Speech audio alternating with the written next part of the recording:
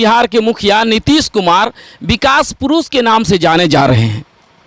बाढ़ पे जिस तरह से बड़ी बड़ी बातें हो रही है, बाढ़ से 15 दिन पहले पूरी टीम को भेजा जाता है क्षेत्र में कि आप जाएं, समस्या को देखें, आखिर समस्या क्या है, किन किन क्षेत्रों में बाढ़ आने की उम्मीद है या फिर बाढ़ त्राहिमाम होने की आशंका है। लेकिन उसके बावजूद भी आखिर ऐसा क्या कारण है कि बाढ़ पे बिहार सरकार काबू नहीं पा रही है। उन क्षेत्रों में प्रत्येक साल, यानी कि अगर बात करें बाढ़ की, तो प्रत्येक साल उन क्षेत्रों में बाढ़ आया ही करती है। लेकिन बिहार सरकार आखिर क्यों नहीं उस पर काबू कर पा रही है।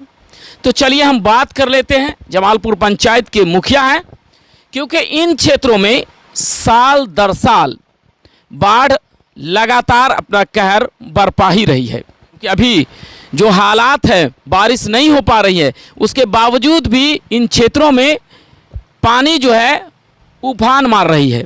और ऐसे में अगर बाढ़ की समस्या यहाँ उत्पन्न हुई तो फिर वही स्थिति, उहापोह की स्थिति, भागदौड़ की स्थिति, नाव की स्थिति, वहाँ से उठाए वहाँ ले जाएं, आखिर ये समस्या कब थम पाएगा।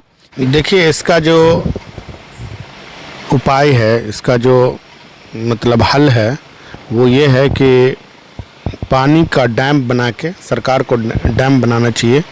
डैम बना के ही पानी को डैम से कंट्रोल किया जा सकता है। जहाँ स्लूइस गेट का ज़रूरत है वहाँ स्लूइस गेट बनाना चाहिए पानी को कंट्रोल करने के लिए। क्योंकि ये जो एरिया है, क्योंकि जो भी नदी उधर हिमालय के तराई से इधर जाए, वो कोसी हो, चाहे वो बूढ़ी गंडक हो, कमला हो, जितना भी है, भूतरी बलान हो, उसके बाद गेहुआ हो, ये सारा पानी उधर से ही, मतलब नेपाल के खाई से आती है पानी। तो इसका जो वो एरिया जो है आपको जस्ट लाइक ऐसे है, वो बहुत हाइट पे है और धीरे धीरे ये लो लैंड एरिया हो जाता है। तो जाहिर सी बात है, उधर से जो भी पानी आएगा तो पानी इधर ही आता है। तो अगर सरकार इसको कंट्रोल करना चाहे तो वहाँ डैम्प बना के उस पानी को कंट्रोल करे और उसके बाद जहाँ ज़रूरत है पानी का, या फिर उसको नदी के रास्ते समंदर में उसको ये कर दे। नहीं तो ये जो एरिया, इस क्षेत्र का जो, इस एरिया का जो हालत है, वो जैसा पहले था वैसा ही अब है और आगे भी ऐसा ही रहेगा जब तक पानी का निदान नहीं सरकार करेगी।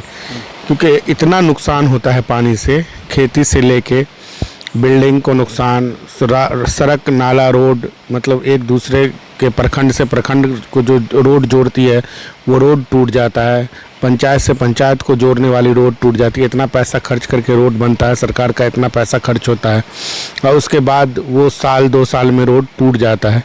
तो उसका कोई फ़ायदा होता नहीं है। रोड टूट जाने से बिल्डिंग गिर जाती है, स्कूल गिर जाता है, हॉस्पिटल का बिल्डिंग ही हो जाता है। तो उससे लोगों को बहुत नुकसान है और जो है इस चीज़ का असर हर चीज़ पे होता है, चाहे शिक्षा हो, स्वास्थ्य हो, हर चीज़ पे होता है। कम्युनिकेशन हो, कम्युनिकेशन का प्रॉब्लम हो जाता है। आदमी कहीं जाने के लिए एकदम त्राहिमाम करता है, जा नहीं पाता, त्रस्त हो जाता है जाने के लिए एकदम। तो सरकार को चाहिए, और सरकार जो 6,000 रुपया रिलीफ के तौर पे देती है, तो वो मुझे नहीं लगता कि वो मतलब उपयोगी चीज़ है, वो यूज़लेस है। आप 6,000 रुपया दे रहे हैं लोगों को, लेकिन उससे क्या होने वाला है। आप उसी पैसा को बचा के या उसी पैसा को रोक के आप डैम बनाने का काम कीजिए, कंट्रोल करने का काम कीजिए। बहुत अच्छी बात है, आपने कहा है कि जो सरकार बाढ़ राहत के नाम पे 6,000 रुपया जो दे रही है, ये कोई उपाय नहीं है। और निश्चित ही ये 6,000 रुपया को अगर रोक करके सरकार उसी पैसा से डैम का व्यवस्था करे, जगह जगह स्लूइस गेट, आपने कहा है कि वहाँ से जब ऊंचाई है और ऊंचाई भरा क्षेत्र से अगर पानी आएगा तो स्वाभाविक है कि निचले सतह में वो जाएगा पानी। और ऐसे में उस पानी को रोकने के लिए, क्योंकि आप डायरेक्ट उस पानी को नहीं रोक सकते हैं, तो उसके लिए आपको जो है डैम की आवश्यकता पड़ती है। आपको जगह जगह डैम बनाना पड़ेगा और उसके बाद आप स्लूइस गेट का व्यवस्था करें। क्योंकि स्लूइस गेट अगर आप कर लेते हैं तो जो क्षेत्र में जो किसानों की जो समस्याएं हैं आए दिन, जैसे कि किसानों का खेत फसल दहा जा रहा है, या फिर सुखाड़ के समय किसान अपनी खेती को नहीं कर पा रहे हैं, तो ये समस्याएं खत्म हो जाएगी। अच्छा, हम आपसे जानना चाहेंगे, आपने बातों ही बातों में एक बात कहा है कि ये आपके कार्यकाल पे भी सवालिया निशान खड़ा कर रहा है कि जब बाढ़ आ जाता है तो कहीं ना कहीं सड़कें भी टूटती है, कहीं ना कहीं स्कूल भी क्षतिग्रस्त होता है, हॉस्पिटल भी ध्वस्त होता है। तो ऐसे में सवालिया निशान आपके ऊपर भी खड़ा होता है कि आप सड़क बना देते हैं और 1 साल के बाद वो सड़क टूट जाता है बाढ़ के पानी के कारण। तो इसके लिए सरकार क्या व्यवस्था करे, क्योंकि सरकार का वो राशि तो पर्याप्त राशि वो उसमें लग गया, लेकिन बाढ़ ने उस सड़क को क्या किया, तोड़ दिया। तो ये सवालिया निशान आपके ऊपर आता है कि भाई आपने वो काम नहीं किया, लेकिन आपने तो वो काम किया, लेकिन बाढ़ के कारण वो सड़क टूट गया। बाढ़ हो या फिर आंधी तूफान या इस तरह का जो भी प्राकृतिक आपदा है, आप उसको नहीं रोक सकते हैं, आप उसको नहीं रोक सकते हैं। तो बाढ़ आता है तो रोड तो टूटना ही है, सड़क कितना भी मजबूत बने लेकिन सड़क तो टूटेगा ही। पानी के बहाव से, पानी का बहाव का रास्ता नहीं मिलेगा तो वो कहीं ना कहीं उसको डैमेज करता है, कहीं ना कहीं उसको नुकसान पहुंचता है। यही ना है कि बाढ़ के कारण ये समस्या भी तो उत्पन्न हो रहा है। बिल्कुल, ये हर मतलब सबका लॉस है, जनप्रतिनिधि का लॉस है। हर जनप्रतिनिधि, मुझे लगता है कि जिसको जनता चुनती है, चाहे वो छोटा पद हो या बड़ा पद हो। मैं यहाँ गोड़ाबाड़ान विधानसभा से पूर्व प्रत्याशी भी रहा हूँ। दूसरी बात है कि पहले भी मुखिया था और अभी फिर दोबारा मुझे लोग चुनने का काम किया है। तो जनता इसी उम्मीद से ना चुनती है कि जो बेसिक नीड है, जो फंडामेंटल राइट है लोगों का, कि रोड, सड़क, नाला, पुल, पुलिया, ये सारा चीज़, शिक्षा व्यवस्था, स्वास्थ्य व्यवस्था, ये सारा चीज़ जनप्रतिनिधि के द्वारा दुरुस्त हो, उसको करवाने का काम करे। जनप्रतिनिधि क्या होता है, गवर्नमेंट के और मतलब जनता के बीच का मीडिएटर होता है। फंड को उपयोग में लाने का काम करे, उसको सही जगह यूज़ करे। कहाँ पे रोड की ज़रूरत है, कहाँ पे नाली की ज़रूरत है, कहीं पे नाला की ज़रूरत है, कहाँ पे सड़क की ज़रूरत है, कहाँ पे स्कूल की ज़रूरत है, कहाँ पे मदरसा की ज़रूरत है, कहाँ पे हॉस्पिटल की ज़रूरत है। ये चीज़, ये फंड को सरकार को ये मतलब उसके ध्यान को केंद्रित करके उसको लाने का काम करे। जब बहुत ये सारे कामों में बहुत मुश्किल होता है एक जनप्रतिनिधि के लिए, और जब वो करवाने का काम करता है, उसके बाद अगर वो डैमेज हो जाए तो उसको लगता है कि मेरा मेहनत बेकार हो गया, मेरा मेहनत सफल नहीं रहा।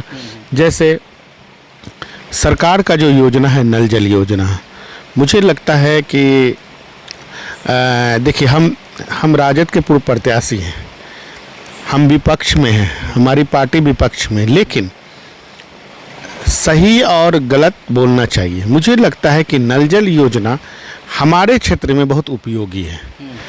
हो सकता है कहीं नहीं हो इसका उपयोग, लेकिन मेरे क्षेत्र में बहुत उपयोगी है, क्योंकि यहाँ का जो पानी है वो दूषित पानी है और बहुत कम लेयर पे पानी। क्या आपको लगता है कि नल जल योजना जो बिहार सरकार का सबसे फ्लॉप योजना है, वो आपके यहाँ सफल हो पाया है? बिल्कुल, हमारे यहाँ 100% सफल है। और हम वही तो कह रहे हैं आपसे कि भले का लोग बोलता है, उससे मुझे मतलब नहीं है, कहाँ फ्लॉप है, कहाँ सही नहीं है, लेकिन मेरे यहाँ बहुत उपयोगी है। मेरे यहाँ 100% ये सफल है, चल रहा है, लोग इसका उपयोग कर रहे हैं। बिहार के मुखिया नीतीश कुमार भले ही ढिंढोरा पीटे, विकास पुरुष के नाम से भले ही प्रचलित हो, लेकिन आज भी उनके क्षेत्र में ऐसी समस्याएं आए दिन आती ही रहती है। बाढ़ सबसे बड़ी समस्या है। साल दर साल किरतपुर प्रखंड में बाढ़ की समस्या उत्पन्न होती है और इसे रोकने के लिए डैम की व्यवस्था करें। डैम बना करके वो छोटे छोटे क्षेत्रों में जाने के लिए आपको स्लूइस गेट का व्यवस्था करना होगा। जो स्लूइस गेट वो चीज़ है जहां आप किसान सुखाड़ के समय में उस पानी का लाभ उठा सकता है और बाढ़ के समय में अपने फसल को बचा सकता है। तो सरकार को अब चाहिए कि इन बातों से, जो जमालपुर पंचायत के मुखिया जी ने कहा है, इन बातों को समझे और यहाँ की समस्या को सुने और बाढ़ से अस्थाई निदान के लिए ये 6,000 रुपया मात्र एक विकल्प नहीं है। इससे लड़ने के लिए आपको डैम और स्लूइस गेट का व्यवस्था करना ही पड़ेगा, तभी आप बाढ़ से लड़ पाएंगे।